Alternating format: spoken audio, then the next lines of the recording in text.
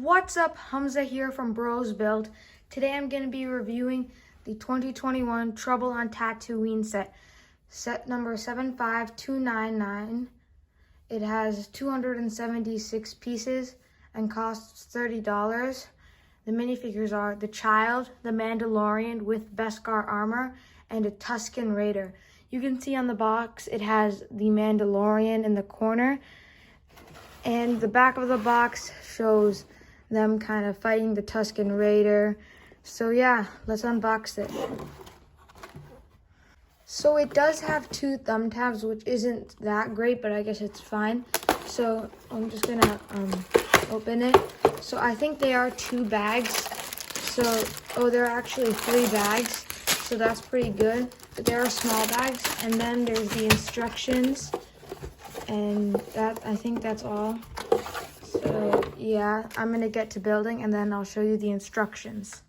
So here are the instructions for the Trouble on Tatooine set. So you can see it's the same art you have on the box with Darth Vader in the corner. So I'm just gonna skip to the back of the instructions where you'll find all the spring 2021 sets, Shuttle, TIE Fighter, review of this coming soon. So that's the instructions, and here are the minifigures for those sets. So let's take a look at the minifigures. Our first figure in this set is the Mandalorian, and this one does have the Beskar, which is great. And a really nice thing about this is that it does have arm printing, which is really good. The arm printing is very good on this minifigure. So now underneath the helmet there is just a black head, and he does have his pistol this time and also his sniper. So the back printing looks like this. Really good back printing, and you can see that there is no jetpack, but that's fine. And the leg printing looks like that. So that's this minifigure. So here are the 2 Mandalorians compared. So you can see this one doesn't have arm printing, and you can see that this helmet is a lot darker on the older one. The newer one, they made it more light. I'm not sure if that's more accurate or not, but it definitely does look a little better. It matches a little more with his Beskar armor. So these are the 2 Mandos compared, same capes I believe, and that's the 2 figures. I think this cape might be a little bit darker. Other than that, the capes are pretty much the same. So let's take a look at Baby Yoda. So here we have Baby Yoda. His real name is Grogu, or the Child, or whatever, but I like to call him Baby Yoda. So you can see that this is the same one from the Razor Crest, same baby piece. You can take off the head, and it's kind of rubbery. It's got a little give to it, which is nice.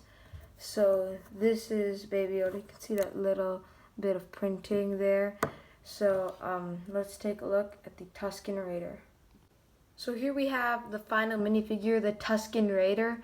So you can see he has a really good printing, and this mold is really good. Like, you can see it's got those little spikes or whatever they are in that like kind of bandage sort of thing.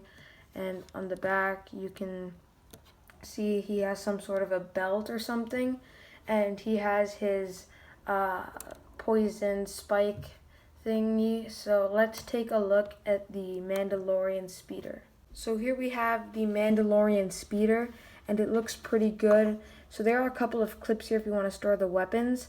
So you can see that there's a little backpack. There's actually a little spot for Baby Yoda. I'm just going to quickly grab Baby Yoda.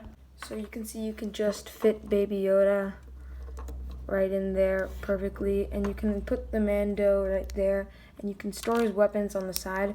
So this is a pretty cool speeder, and I'll show you a little more detail after I just put the Mandalorian in. So you have to move his hands a little bit up to put him in. So now that he's in, you can see he can ride the speeder. Now his cape does sometimes get in the way, so if you don't want to bend it, you can just put it kind of to the side, and you could just put his weapons on the clips. So you can see that there's a couple of clear pieces on the bottom. There's this little thing that moves all around, but I just like to keep it straight. And Yeah, that's the speeder. So I'm going to show you if it fits in the Razor Crest, and if you'd like to see a review on the Razor Crest, I'll have a link in the description.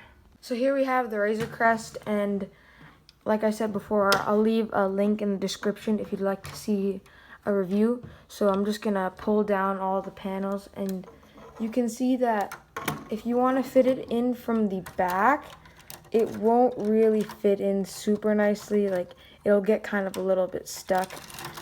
But if you do want to fit it this way, it fits much better that way.